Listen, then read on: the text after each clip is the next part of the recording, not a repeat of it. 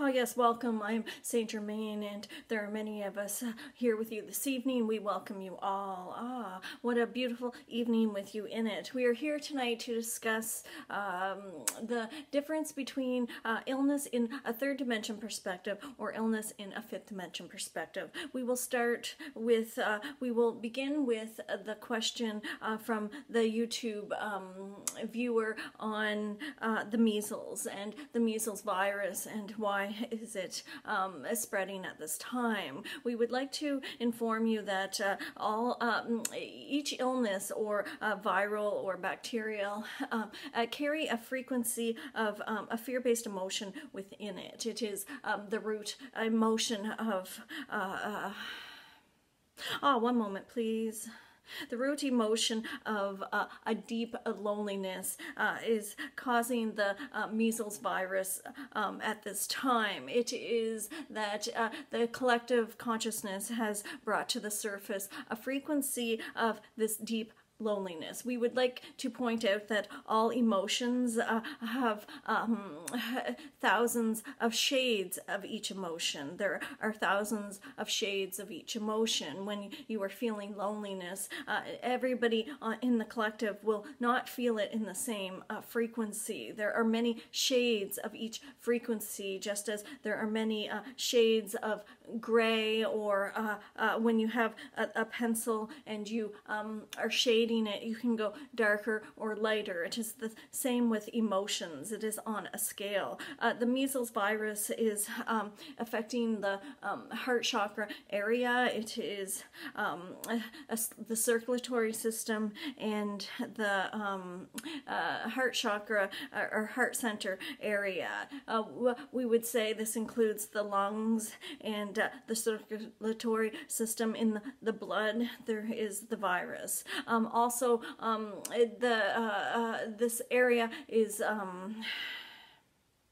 the frequency of a deep loneliness is causing the root emotion of the measles virus. We would like to point out that it also affects the skin, and your skin is your largest organ. It is your first line of defense. And is it when you do not feel safe? I do not feel safe on planet Earth. I feel alone. I am a deep longing for going home. We would say, how do you... We would say there's a question from the viewer on, well, how does one contact or contract the measles virus? Why would one get it but not another? We will give an example. If you are in an airplane and there are 50 people in the airplane, and there is a frequency of the virus measles within the plane cabin, whoever would match that frequency of the loneliness that has not yet transmuted it back to love will contract that measles virus, and it will come to the surface in the form of in symptoms of measles. This is for the spiritual body's consciousness to recognize this frequency, that it has not yet been transmuted back to love, and to love it. Any virus or illness is coming up to be loved. It is not coming up to be judged or shunned, or it is not about wanting it to be healed or wanting it to go away. It is there to be heard. It is there to be loved. It is giving you a message, and it is getting loud. This is a deep frequency of loneliness that I have been carrying throughout maybe 400 lifetimes, for example, and it keeps coming to the surface within each lifetime, maybe in a slightly different frequency of that deep loneliness, but it will arise if you have not yet transmuted it back to love. We would say maybe on the airplane with the 50 people, maybe 4 or 5 of them have this deep loneliness that they have not transmuted back to love, coming up to the surface. When they match the frequency of the measles virus, they will contract it and it will come up to be loved. Those who heal from it are having transmuting it back to love. It is there to be loved, and it is, as you explore and as you explore the illness and you go through the stages of the measles illness, you will be transmuting it back to love with your consciousness. It is there to be loved. We would say in a third dimension reality, you view an illness as an illness. In a fifth dimension reality, we would say you would view an illness as a frequency that is seeking to be loved. It is not having an identity of an illness or a disease. When you attach an identity to the symptoms that are coming to the surface from an illness, you are saying that it is something that wants to be owned. I have the measles. You have now just placed an identity, which is an ego perception. It is a fear-based attachment, and you have attached to the illness of the measles, for example. When you attach your thoughts to this, then you will continue to be a victim of it, and it will take longer to heal, or some have passed away from this illness. We would say if you are looking at an illness from a fifth dimension perspective, you will see that it is love. It does not have an identity. It is consciousness. It is coming up to be loved. It is the same as a pet or a friend. It is consciousness. It is there to be loved. What if I viewed this illness as something that is there to be loved? Would I remain ill? Or, we would say Tara created lupus in her reality, in her third dimension reality, and was given a diagnosis of this. But she viewed it as symptoms that were there to be loved. She did not attach an identity to it. She did not believe that she was ill. She believed that there were emotions of not loving oneself or self-hate that was there to be loved, and so therefore she began to love herself, and the symptoms of the lupus went away. She didn't attach an identity to it. She viewed it in a fifth dimension perspective. We would say that if you view all illnesses in a fifth dimension perspective and do not give them the name of an illness or an identity of a disease, and view it in the eyes of love, what is it there to tell me? What is it there to show me? What am I not seeing? What am I not hearing? What if I viewed this illness as a 5-year-old child wanting to be loved? What would it look like then? What would it look like in that perception? We would say, pick it up like a 5-year-old child and love it. Ask it what it needs. Connect with the consciousness of the illness or the symptoms and ask it what it needs. I have measles, and I have a rash on my skin, and I have pain in my lungs. Could I not connect with the consciousness of my lungs, or the consciousness of the virus, or the consciousness of a deep loneliness, or the consciousness of my skin, and ask it what it would like and what it would require at this time to be loved? It is by viewing it without judgment. It is by viewing any illness without judgment. Could I view it without judgment, without an identity, and without an attachment of the egoic mind? Could I be present in this now moment with it and observe the symptoms?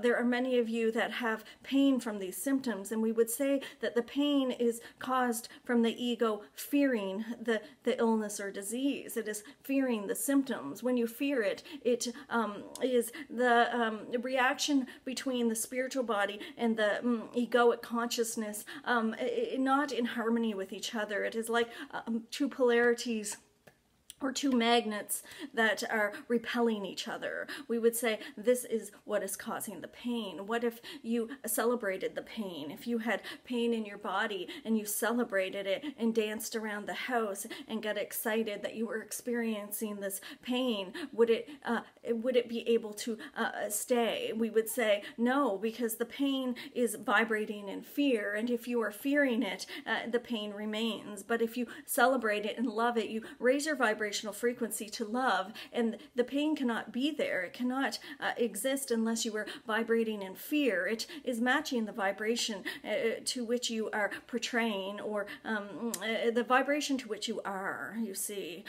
When you view your symptoms as something that is there to be loved, you will notice that it is not going to have as much of a grip on you. It won't be as painful because you will be observing it as the watcher. You will be watching it and not attaching an identity to it. It is standing outside and looking in at it as if it is passing through to be loved. We would say the root of all illness is an emotion that is coming up, a fear-based emotion that is there to be loved. What is it seeking? How could I love this?